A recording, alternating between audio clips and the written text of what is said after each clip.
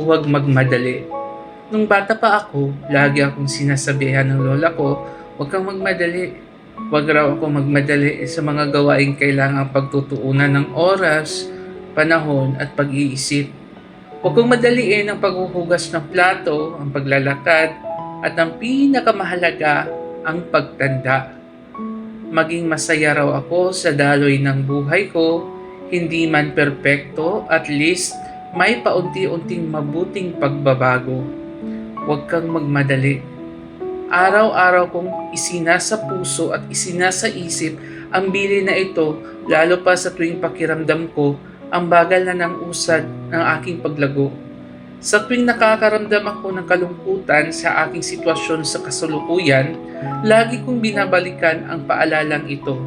Huwag kang magmadali, dahil ang buhay ay hindi lang sa mismong destinasyon, kundi sa mismong paglalakbay. Naniniwala ako na mararating ko rin naman ang nais kong puntahan. Magiging wangis ko rin ang taong gusto kong maging. Darating rin lahat ng yun sa tamang panahon. Mahalaga na matutunan kong maging mabuti habang naglalakbay ako sa mundong ito. Huwag kang magmadali. Dahil ang buhay ay hindi lamang tungkol sa saan. Tungkol rin ito sa paano at bakit. Na kailangang pahalagahan ko ang proseso.